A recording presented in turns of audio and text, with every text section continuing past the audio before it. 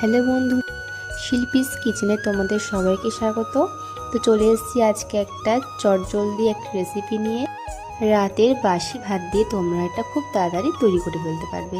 তো প্রথমেই দেখো, কড়াইতে আমি দিয়ে নিয়েছি সাদা তেল, তার মধ্যে দিয়েছি সর্ষে এবং শুকনো লঙ্কা ফোড়ন, তার মধ্যে একে একে দিয়ে নিয়েছি আলু, পেঁয়াজ এবং লঙ্কা কুচোনো। তারপর পরিমাণ মতো হলুদ এবং লবণ দিয়েছি।